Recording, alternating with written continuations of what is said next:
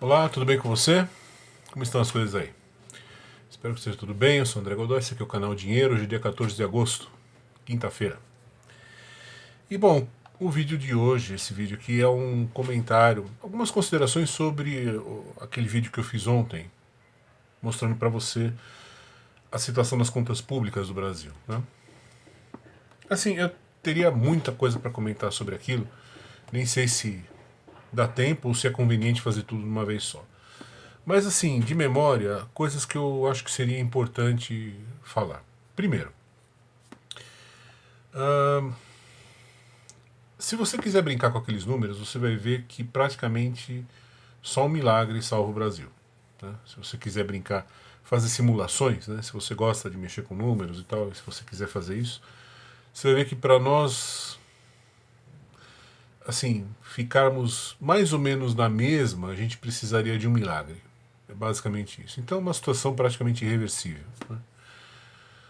Não depende se a coisa já está num ponto que não depende se é o Lula ou o Bolsonaro, ou a Thatcher ou Deus quem vai sentar naquela cadeira. Agora, meio que tanto faz. Você pode pensar no Brasil, naqueles números, como uma carreta desgovernada ladeira abaixo. Pouco importa quem está comandando, o cara não vai mais conseguir fazer nada ali. O que nos desgraça é o fato de que, assim, abriu o ano, nós já estamos devendo US$ 1 trilhão de juros, 1,5 trilhão mais ou menos. Desculpa, de reais, perdão. De reais. O que também não é nenhum trocado, né? 1,5 trilhão de reais. Começou o ano, a gente já começa negativo 1,5 trilhão de reais por causa dos juros dessa dívida. É uma dívida muito grande. Se você for olhar o rombo que nós temos anualmente, o Brasil vai ter aí de 50 a 100 bilhões de reais por ano de rombo na média. Tá? Um governo pelo outro, vai ser mais ou menos isso. Não que isso seja pouco, claro que não é, mas repara que não é mais esses 50 ou 100 bilhões que vão desgraçar o país. Não é mais a Janja que vai desgraçar. Assim, já está num ponto que não é mais isso o que importa.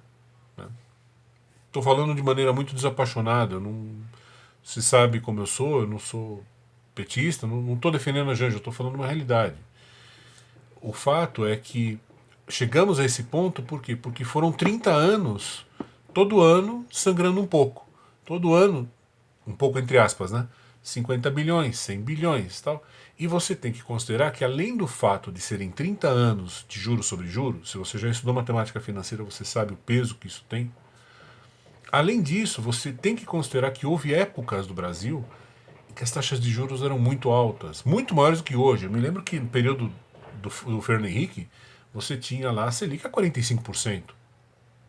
Isso era normal, isso era uma Selic normal na época, por muito tempo. Se você não lembra disso, ou você não prestou atenção, ou você é muito jovem. Né? Você está acostumado com Selic de 15, mas volta lá, você vai ver 30, 38, 45, 42, era normal isso.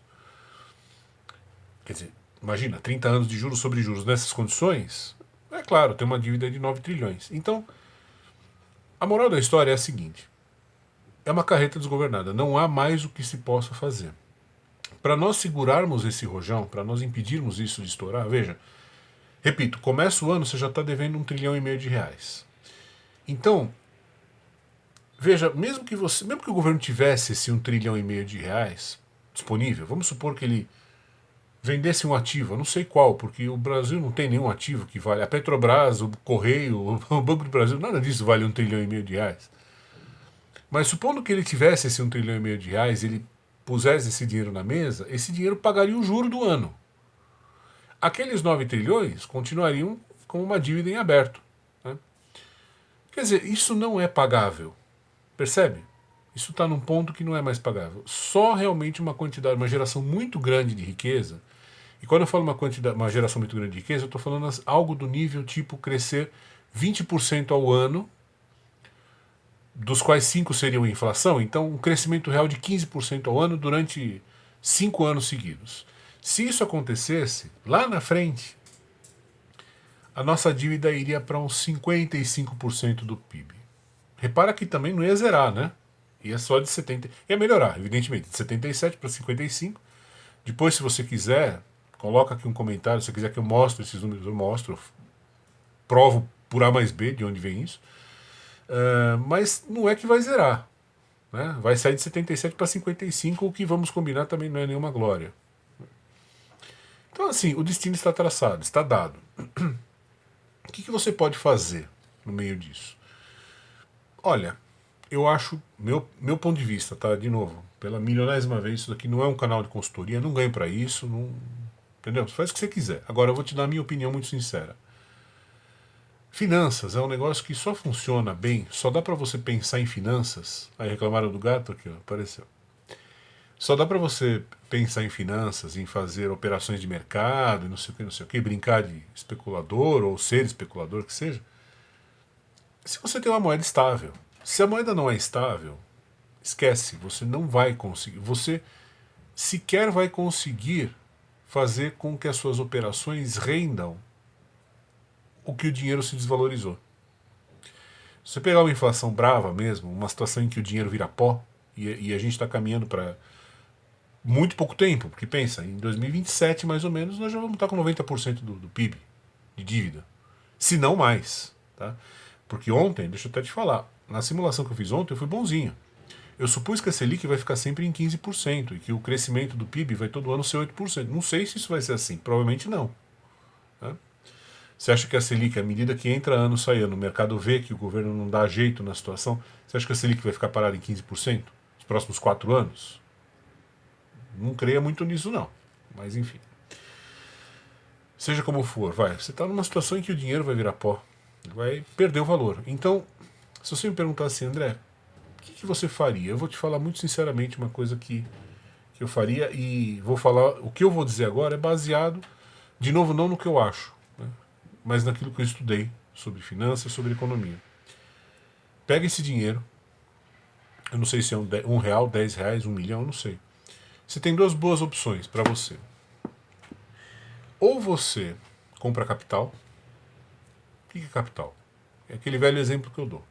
Se você é um fotógrafo, por exemplo, profissional, pega a sua grana, compra a melhor máquina que você puder. Compra uma máquina que vai te botar à frente dos seus concorrentes. Tá? Que vai te permitir fazer um bom trabalho por algum tempo. Você vai ter uma folga aí, sei lá, de X anos em que você não vai ter que se preocupar com a máquina, sabe, esse tipo de coisa. Isso é um investimento. Faça um curso. Ah, André, não tenho. Faça um curso. Para você ter uma quantidade modesta, vê lá um curso bacana, algum curso que vai te capacitar, que vai te dar alguma coisa, vai te abrir portas de alguma maneira. E aí eu te digo assim, seja prático, tá? Seja prático. Vê se. É coisa assim, é um curso do Instituto Universal Brasileiro, essas coisas. Tá? Coisa pé no chão. Não é fazer curso de opções e derivativos, não sei aonde. Isso é besteira. Né? Alguma coisa que te capacite, que te dê alguma porta aberta para trabalho. Isso é um bom investimento, é um bom jeito de você. Você tem que se livrar do dinheiro. Você pensa no dinheiro como uma coisa que está apodrecendo numa velocidade absurda. Por que você enterra um morto? Porque o morto apodrece rápido, não é isso? Você se livra logo do cadáver. A ideia é a mesma. Você tem um dinheiro apodrecendo a uma velocidade incrível. Se você ficar amarrado a ele, abraçado a ele, é o abraço da morte. Você vai se danar todo. Então, ou compre capital. Ah, eu tenho uma empresa, sei lá, vamos supor que você aluga o seu. Você usa o imóvel alugado. E se compra o imóvel, não sei, faz alguma coisa que incorpore capital à sua vida. Né? E é isso. E sem viagens, sem devaneios. E não caia na besteira, vou te falar, uma situação tão doentia, tão terrível, que assim, se você deixar o seu dinheiro em renda fixa, vou te falar uma coisa, não duvide nada que aqueles caras que estão em Brasília, quando eles virem que a coisa vai virar para o lado deles, eles fazem o que o Collor fez. Fala, ó, não tô te confiscando, tá? Não tô roubando, só tô pegando emprestado por 15 anos, depois eu te devolvo. É isso que eles vão fazer. Você não fique contando com a decência dessa gente, porque eles não são decentes. Né? Você já devia saber disso. Então, assim, eventualmente, se você quiser preservar o poder de compra, não sei, ouro, contratos futuros de ouro, contratos futuros de dólar, algo assim. Mas eu ainda acho que isso é complicado. Sinceramente, eu ainda acho bem difícil, porque numa situação de caos, de pânico, você vai ter um mercado inteiro querendo operar comprado em ouro, comprado em dólar. Você não vai ter ponta vendedora. Então, não sei até que ponto que isso é tão fácil e tão viável. Você vai ter a mesma ideia que todo mundo já teve, basicamente. Então, sei lá. Eu, ao fim e ao cabo, eu ainda apostaria nessa história que eu te falei. Ou você compra capital. Que capital? Ou é terra no sentido do imóvel, né? Como eu te falei, você tem uma fábrica. O imóvel não é seu, vê se você faz um negócio, compra, entendeu? Incorpore isso. O importante é você não ficar com esse dinheiro na mão. Aproveite que você está sabendo de uma coisa aqui. Você viu uma conta que você talvez não veja em outro lugar. É uma conta, nada contra ela não é difícil. Mas eu não sei se as pessoas não param para fazer a conta ou se tem medo de falar, não sei. Então aproveite do fato de que você está sabendo de alguma coisa que a maioria das pessoas não se deu conta ainda. Né? O incêndio começou, o barco começou a afundar, então assim, o pessoal está lá no baile dançando. Você já viu que está afundando, que está vazando, está entrando água, então assim, aproveita pelo menos essa vantagem que você tem.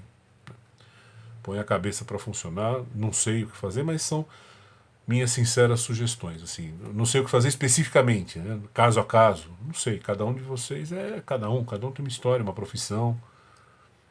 Mas eu acho que as linhas gerais são essas que eu falei. Tá bom? É isso. Depois eu volto com mais novidades aí pra você. Tá bom? Abração. Tchau, tchau.